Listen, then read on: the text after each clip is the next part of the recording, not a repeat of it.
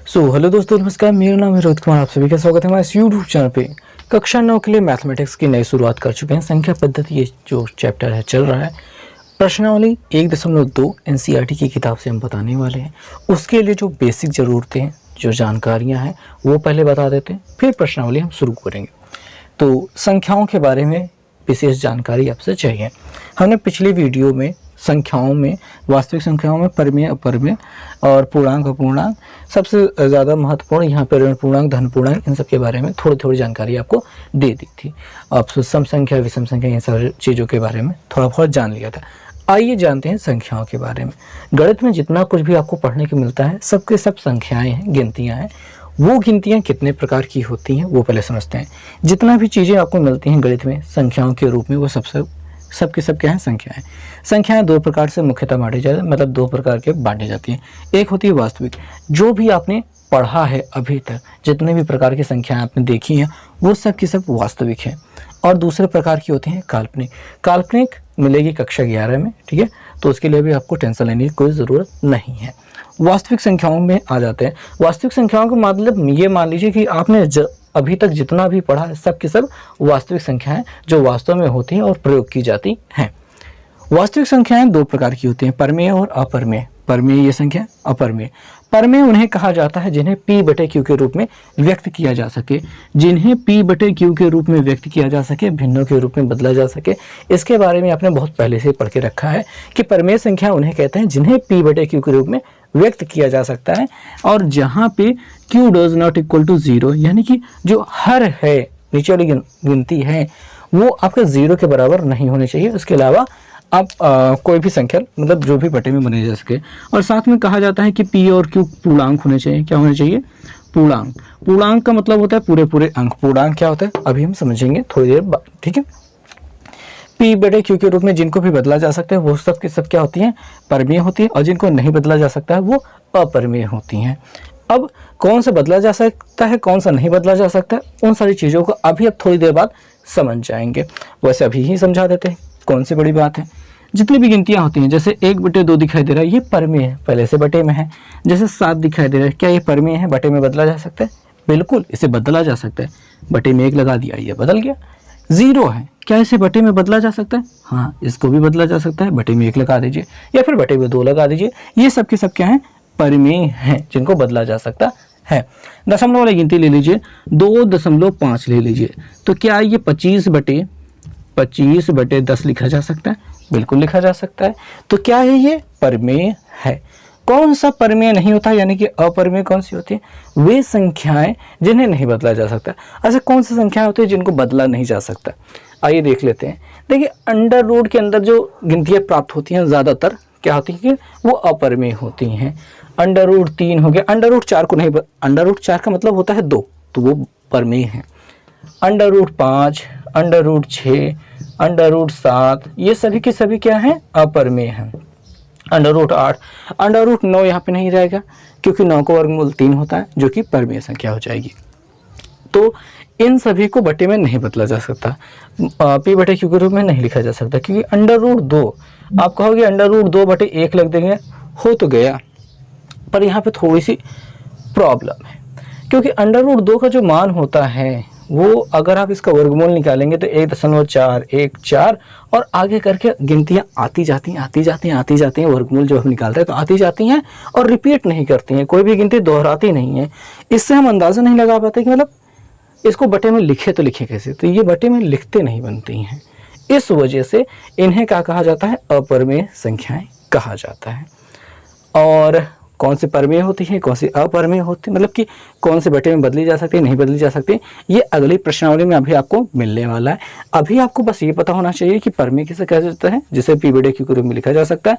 अपरमेय किसे कहा जाता है, जिसे नहीं लिखा जा सकता। जैसे कि ये संख्याएं होंगे। परमेय में √4 को रख लीजिए, √9 को रख लीजिए, √25 को रख लीजिए, ये सब √16 को रख लीजिए, ये सब परमेय हैं। ये सारी गिनतियाँ अपरमेय कहलाती हैं। अभी अपरमेय संख्याओं को लिखने की भी बारी आएगी, धीरे धीरे बात को बढ़ाया जाएगा। अभी आपने समझा कि कौन से परमेय होते हैं, कौन से अपरमेय होती हैं। ये अपरमेय क्यों होती हैं? क्योंकि इनका मान कोई सटीक सही मिल नहीं पाता है।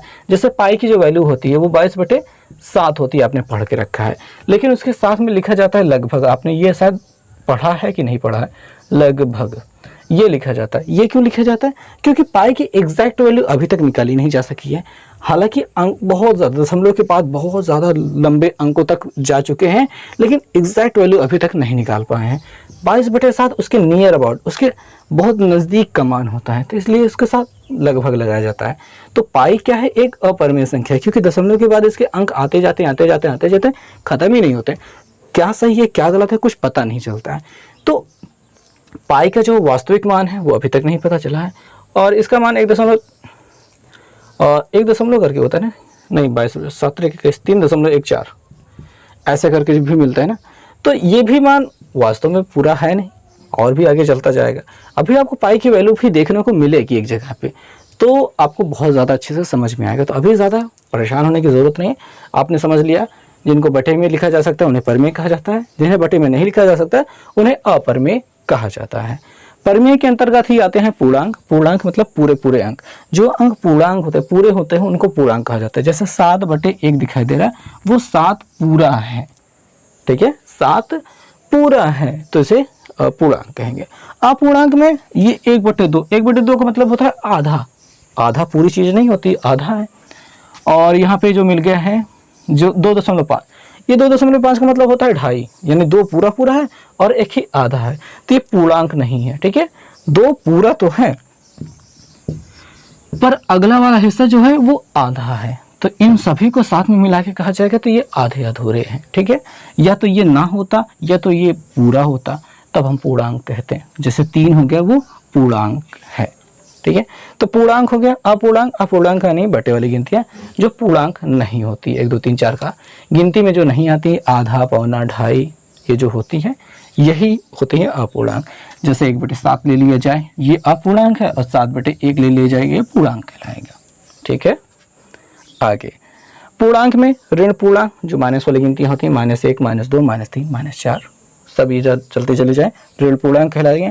शून्य यानी कि 0, शून्य पूर्णांक कौन होता है? 0 होता है। धन पूर्णांक कौन होते हैं? 1 2 3 4 5 6 7 8 9 10, ये सब के सब क्या होते हैं? धन पूर्णांक होते हैं। तो आई थिंक कि आपने संख्याओं के बारे में थोड़ा समझ लिया है कि क्या क्या होते हैं। अच्छा, इन्हीं धन पूर्णांकों को प्राकृतिक संख्या भी कहा जाता है। धन पूर्णांक प्लस शून्य इनको ले लिया जाएगा तो ये पूर्ण संख्याएं हो जाएंगी, इन सभी को ले लिया जाएगा तो पूर्णांक हो जाएगा। हमने पिछली वीडियो में इसको बताया था ना। तो ये सारी चीजें हो गई। तो अब इनको जानने के बाद अब उधर जो एक हिस्सा लिखा गया है सर्प वर्गमूल सर्पिल रचना, इसके बारे में थोड़ा सा जानते हैं। तो मुख्य रूप से बात ये आती है कि संख्या रेखा। हमारे पास एक संख्या रेखा है जिसमें हमने शून्य को दर्शाया, 1 को दर्शाया और 2 को दर्शा दिया, तीर बना दिया, और इधर -1, यहाँ पर -2, यहाँ पे भी तीर बना दिया। ये सभी संख्याएं जो दिखाई दे रही हैं ये पूर्णांक होती हैं, और सभी पूर्णांक जो होते हैं परमेय होते हैं। अच्छा, ये जो अपूर्णांक जो दिखाई दे रहा है, अगर कहा जाए 1/2 ये अपूर्णांक है, 1/2 कहाँ होगा संख्या रेखा पे? 1/2 मतलब आधा। इस हिस्से का आधा हिस्सा बीचों बीच मिला देंगे तो यहाँ से यहाँ तक की डिस्टेंस क्या हो जाएगी? 1/2 हो जाएगी। 1/2 है ये, ठीक है। अच्छा, एक सही 1/2 कहाँ पे होगा? तो 1 पूरा और आधा, ये रहा 1 सही 1/2। -1 से -1/2 कहाँ होगा? -1/2, -1/2 माइनस की ओर जाइए, इधर वाले हिस्से में आधे पे पहुंच जाइए, -1/2 कहलाएगा। यानी कि आपने देखा कि पूर्णांक तो सीधे सीधे दिखाई दे रहे हैं, अपूर्णांकों को भी बड़े आराम से हम दिखा सकते हैं। अब हमने सभी वास्तविक संख्याओं को इसमें दिखा दिया है, सभी परमेय संख्याओं को।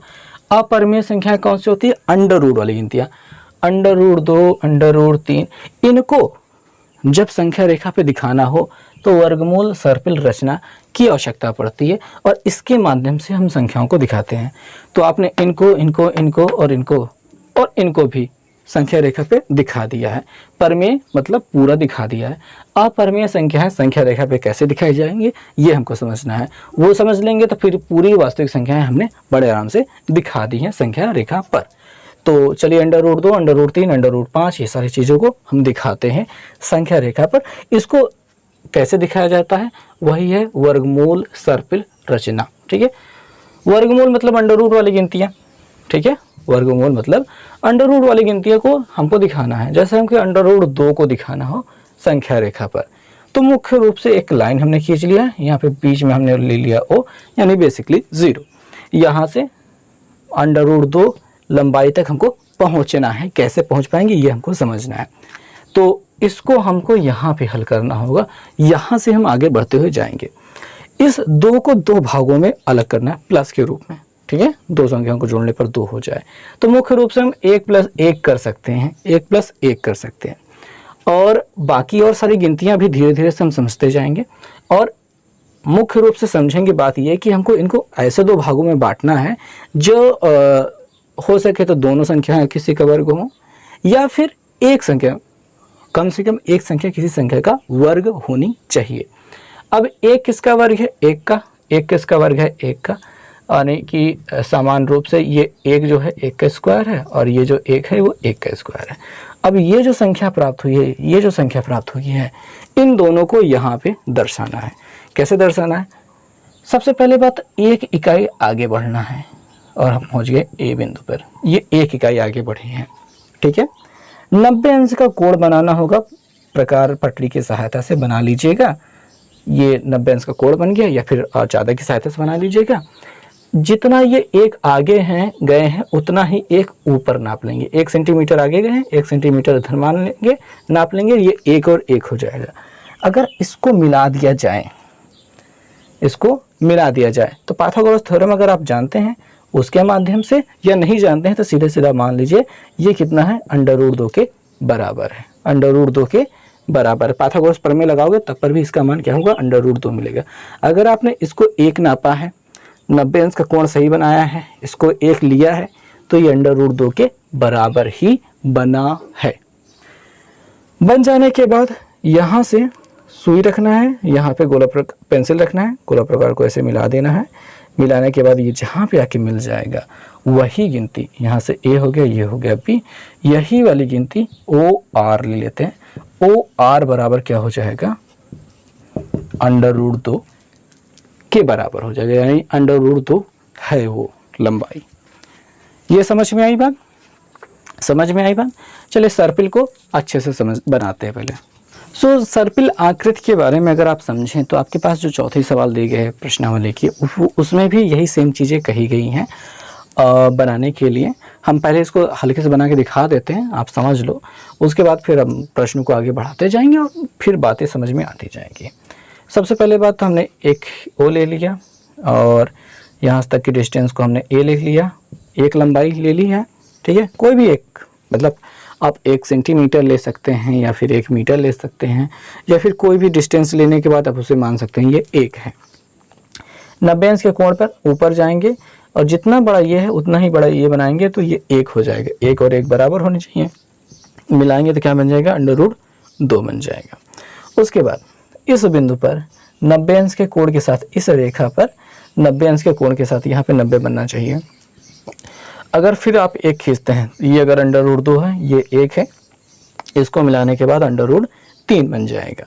और उसके बाद इस रेखा पर अगर 90 अंश का कोण बनाते हैं और फिर 1 खींचते हैं, इस एक लंबाई के, मतलब इसको अगर इससे मिला देंगे तो फिर ये √4 के बराबर, यानी कि 2 के बराबर हो जाएगा।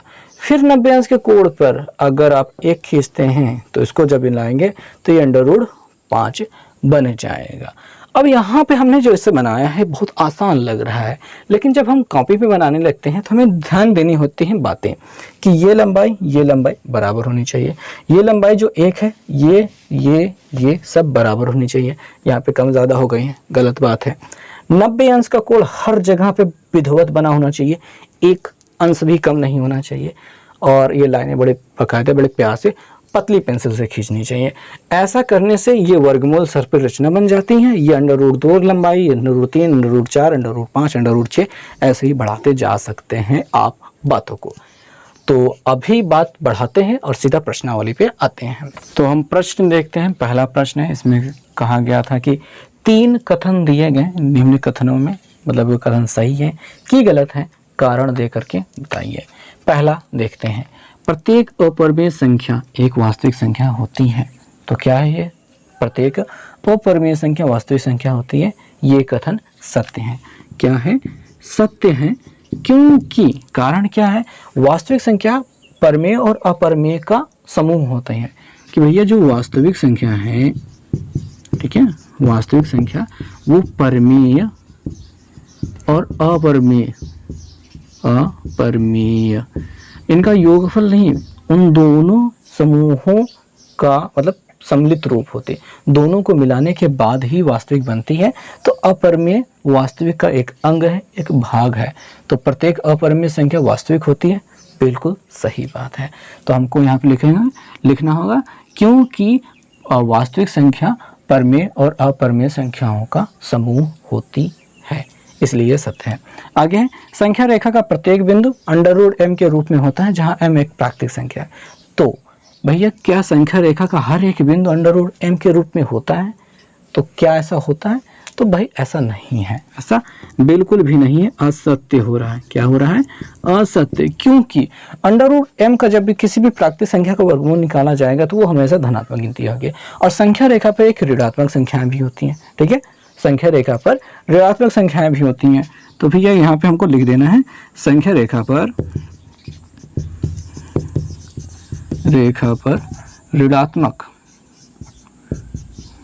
ऋणात्मक संख्या भी होती है, जबकि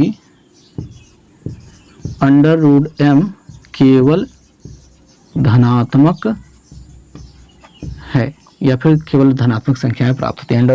√m का मान केवल धनात्मक होता है, लेकिन संख्या रेखा पर तो ऋणात्मक भी होती है। तो क्या हर एक बिंदु, मतलब कह रहे थे कि संख्या रेखा का हर एक बिंदु √m के रूप में होता है, तो ऐसी बात नहीं है। m का वर्गमूल केवल धनात्मक होता है और ऋणात्मक संख्याएं भी मौजूद है, तो ऐसा नहीं हो पाएगा।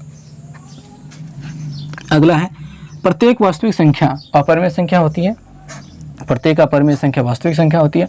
ये तो कारण सत्य था, लेकिन यहाँ पे उसका उल्टा असत्य हो जाएगा, उसका उल्टा असत्य हो जाएगा। कारण यही है कि वास्तविक संख्या में परिमेय संख्याएं भी होती हैं, ये केवल अपरिमेय कहना चाहते हैं, ठीक है। ये क्या हो गया? असत्य हो गया, क्योंकि वास्तविक संख्याओं में परिमेय संख्याएं भी होती है। यही लिख देंगे, क्योंकि वास्तविक संख्याओं में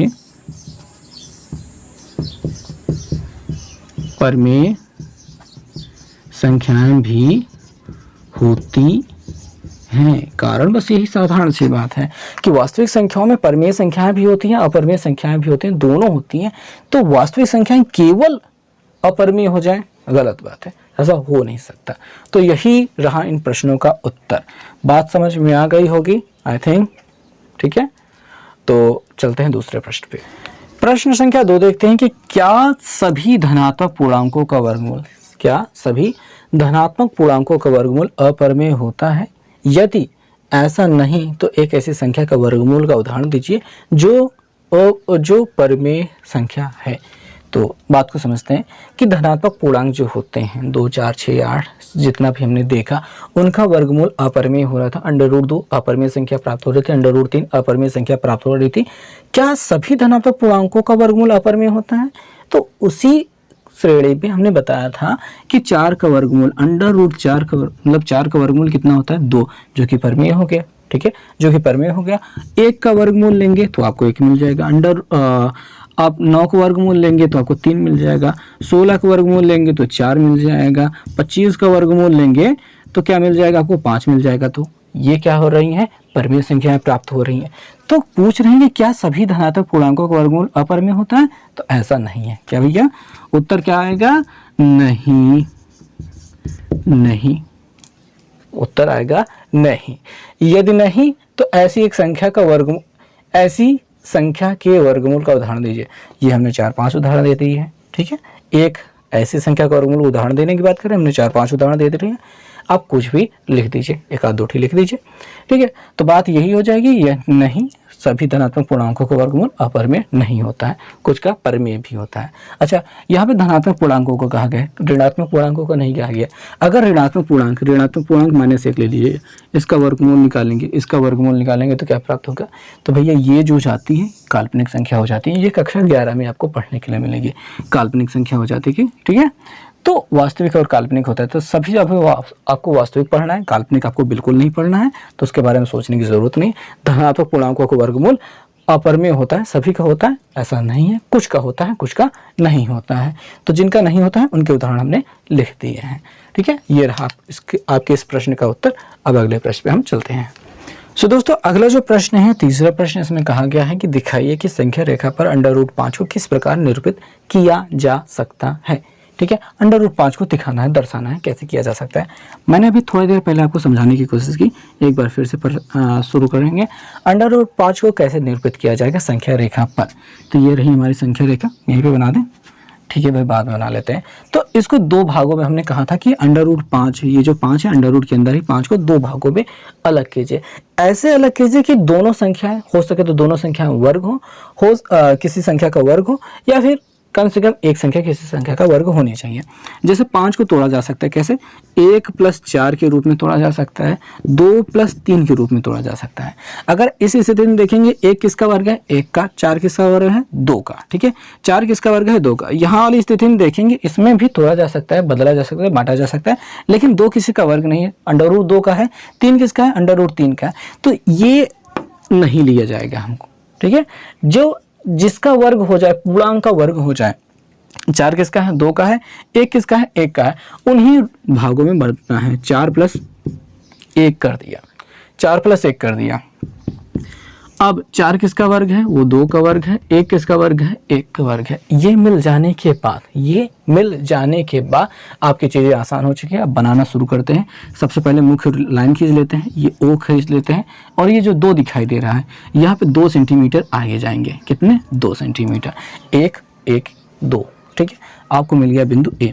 यहाँ पे 90 अंश के कोण की रचना करनी होगी। 90 अंश का कोण आप चांदा से बना लीजिए या फिर गोला प्रकार से बना लीजिए, किसी से भी बना लीजिए, लेकिन बनाना बहुत ज़्यादा ज़रूरी है। अगर आपने नहीं बनाया तो गलत हो गया। 90 अंश का कोण बनाना ज़रूरी है।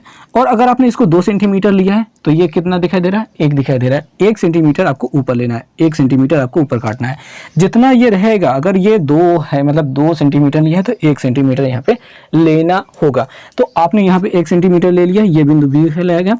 अब यहाँ पे ये 2 हो गया, ये 1 हो गया, 2 और 1, इन दोनों के मिलाने से ये √5 बन जाएगा। अब इसको हम यहाँ मिला देंगे तो ये √5 के बराबर हो जाएगा। अब आपको सुई यहाँ पे रखनी है, पेंसिल यहाँ पे रखनी है, घुमा देना है ऐसे, टिक टिक करके, डॉट डॉट करके यहाँ पे मिला देना है। ये जिस बिंदु पे जाकर मिल जाएगा, यहाँ से लेकर यहाँ तक की जो डिस्टेंस हो जाएगी वो √5 के बराबर हो जाएगी। इसका नाम लिख देते हैं P। तो OP बराबर क्या है? √5 इकाई हो गया है, और काम खत्म, फिनिश। दोस्तों, चौथा नंबर प्रश्न बहुत ज़्यादा है, लंबा है, इस पे लिखना मतलब लंबा हो रहा है, इस वजह से हम इसको पढ़ करके सुना देते हैं। कक्षा के लिए क्रियाकलाप: वर्गमूल सर्पिल रचना। कागज की एक बड़ी शीट लीजिए, नीचे दी गई विधियों से वर्गमूल सर्पिल की रचना कीजिए। सबसे पहले बिंदु O लीजिए और एक लंबाई के रेखाखंड, सब ऐसा सब कुछ कहा गया है, ये खींचिए और मिलाकर दर्शाने की कोशिश कीजिए कितना, और आखिर में लिखा दर्शाने वाला एक सुंदर सर्पिल प्राप्त कर लेंगे। तो किनको दर्शाने वाला? √2, √3, √4, √5, इनको दर्शाने वाला एक सुंदर सर्पिल प्राप्त कर लेंगे। थोड़ी देर पहले मैंने आपको उधर एक सर्पिल बना के दिखाया था, ठीक वही आपको बनाना है। यहाँ पे फिर से बना के दिखा देते हैं। आपको पहले O बिंदु लेना है, यहाँ पे बिंदु A हो जाएगा, यहाँ पे बिंदु O हो गया। एक इकाई रेखाखंड खींचना है, जितना बड़ा हो ये होगा उतना ही बड़ा ये होना चाहिए, क्योंकि 1 1 बराबर रहेंगे।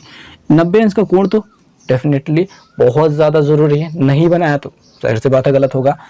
इसको मिलाने के बाद आपको क्या प्राप्त होगा? √2 प्राप्त होगा। ठीक है, 1 का वर्ग 1, 1 का वर्ग 1, दोनों को 1 1 जोड़ने पर 2, तो कर्ण कितना हो जाएगा? √2। फिर यहाँ पे 90 अंश का कोण की रचना करनी। ठीक है, इस लाइन से नहीं, इस लाइन पर 90 अंश का कोण बनाना होगा, और जितना बड़ा ये 1 लिया उतना ही बड़ा 1 यहाँ पे, उतना ही बड़ा यहाँ पे भी 1। ये जब 1 अगर आप खींचेंगे तो ये जो प्राप्त होगा बिंदु लास्ट वाला, इसको मिलाने से ये √3 हो जाएगा। ठीक है। फिर अब इस लाइन पे 90 अंश का कोण बनाएंगे तो जितना बड़ा 1 ले रहे हैं उतना ही बड़ा 1 लेंगे और इसको इससे मिलाएंगे तो √4 प्राप्त हो जाएगा। और फिर 90 अंश के कोण पर जब इसको मिलाएंगे तो √5 प्राप्त हो जाएगा। इसको 1 लेना है, यहाँ पे 90 रखना है। ऐसे ही 6-7 तक जितना आप बना सकें उतना आप बनाएं। ये आपके क्रियाकलाप की बात है और मज़ेदार रहेगा। और यहाँ पे इस वीडियो में बस इतना ही, इनको ऐसे ही बना रहे हैं और कोशिश करेंगे कि आपको इससे संबंधित जो रचना है, ये जो बनाने के काम है, हम आपको कॉपी पे पेंसिल से बना करके दिखाएं। इससे संबंधित एक वीडियो हम लाने की कोशिश करेंगे। तो इस वीडियो में बस इतना ही। देखने के लिए बहुत बहुत धन्यवाद। मिलेंगे नेक्स्ट वीडियो में। बाय।